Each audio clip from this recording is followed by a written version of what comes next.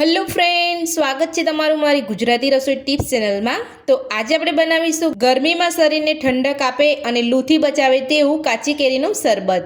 તો આ કાચી કેરીનું શરબત તમે ઘરે ફક્ત 2 મિનિટની અંદર બનાવી શકો છો અને ગરમીમાં પીવાની પણ ખૂબ જ મજા આવે છે। તો ચાલો આપણે કાચી કેરીનું શરબત બનાવવાનું શરૂ કરીએ। તો કાચી કેરીનું શરબત બનાવવા માટે મેં અહીંયા એક કાચી કેરી લીધી છે। તો સૌથી પહેલાં આપણે કેરીની ઉપરની છાલ કાઢી લઈશું। તો આ રીતનો ડીટાવાળો ભાગ કટ કરી અને ઉપરની છાલ કાઢી લેવાની છે। તો આ શરબત તમે છીણીને બનાવવા માંગતા હોય તો તમે છીણીને પણ બનાવી શકો છો, પણ આજે હું તમને મિક્સર જારમાં બતાવું છું। તો આ રીતે તમે મિક્સર જારની અંદર તમે કેરીનું શરબત બનાવશો તો તમારું ઝટપટ શરબત પણ બની જશે અને જે કેરીનો ભાગ વધેલો હોય એને તમે દાળ શાકમાં પણ ઉપયોગ કરી શકો છો। તો એ રીતે આજે આપણે કેરીનું શરબત બનાવવાના છે। તો આપણે અહીંયા કેરીની ઉપરની છાલ કાઢી લીધી છે। તો હવે આપણે કેરીને ધોઈ લઈશું। તો આપણે પહેલાં અહીંયા કેરીને નથી ધોવાની, આપણે છાલ ઉતાર્યા પછી જ આપણે કેરીને ધોવાની છે। તો જે કેરીનો અંદરનો ચેપ હશે એ બધો સરસ રીતે ધોવાઈ જશે। તો કેરીની ઉપરની છાલ ઉતાર્યા પછી આપણે અહીંયા સરસ પાણીથી અહીંયા કેરીને ધોઈ લીધી છે। તો હવે આપણે કેરીને કટ કરી લઈશું।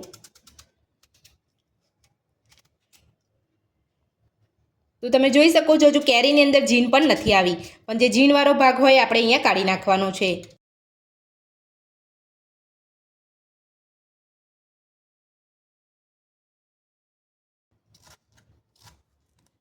તો કેરીને આપણે અહીંયા કટ કરી લીધી છે। તો હવે આપણે એક મિક્સર જારની અંદર લઈ લઈશું।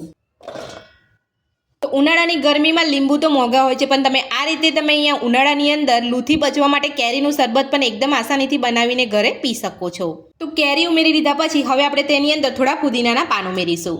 સાથે જ આપણે અહીંયા નાની અડધી ચમચી જેટલો સંચર પાવડર ઉમેરીશું, અડધી ચમચી જેટલું સાદું મીઠું ઉમેરીશું। તો હવે આપણે તેની અંદર ખાંડ ઉમેરીશું। તો ખાંડનું પ્રમાણ તમે તમારા ટેસ્ટ પ્રમાણે વધતું કે ઓછું કરી શકો છો। તો હું અહીંયા 4 ચમચી ખાંડનું પ્રમાણ લઈ રહી છું અને ખાંડની જગ્યા પર તમે અહીંયા મિશ્રીનો ઉપયોગ પણ કરી શકો છો। ખાંડ ઉમેર્યા પછી હવે આપણે અડધી ચમચી જેટલો શેકેલા જીરાનો પાવડર ઉમેરીશું। તો હવે આપણે તેની અંદર થોડા બરફના ટુકડા ઉમેરીશું। તો હવે આપણે તેની અંદર થોડું પાણી ઉમેરીશું। તો આ શરબતને તમે અહીંયા બોટલની અંદર ભરી અને 10 દિવસ સુધી સ્ટોર કરી અને બનાવીને પી શકો છો। તો હવે આપણે મિક્સર જારનું ઢાંકણ બંધ કરી અને બધું સરસ પીસી લઈશું। બધું જ આપણે અહીંયા પીસી લીધું છે। તો હવે આપણે ચેક કરી લઈશું। તો આપણે અહીંયા બધું સરસ પીસી લીધું છે। તો હવે આપણે એક બાઉલની અંદર ગળણી મૂકી અને આપણે ગાળી લઈશું। તો આ રીતે તમારે બધું સરસ પીસ્યા પછી તમારે અહીંયા ગાળી લેવાનું છે અને આ રીતના મોટા ટુકડા આવે તો તમારે ફરી મિક્સર જારની અંદર લઈ અને પીસી લેવાનું છે। અને તમે અહીંયા શરબતની અંદર આ રીતે ટુકડા રાખવા માંગતા હોય કેરીના તો પણ તમે અહીંયા રાખી શકો છો। તો બધું જ આપણે અહીંયા સરસ ગાળી દીધું છે, તમે અહીંયા જોઈ શકો છો। તો આપણે કાચી કેરીનું શરબત બનીને તૈયાર છે। તો હવે આપણે સર્વ કરી લઈશું। તો શરબતને સર્વ કરવા માટે સૌથી પહેલાં મેં અહીંયા એક ગ્લાસ લીધો છે। તો હવે આપણે જે શરબત બનાવ્યું છે ગ્લાસની અંદર લઈ લઈશું।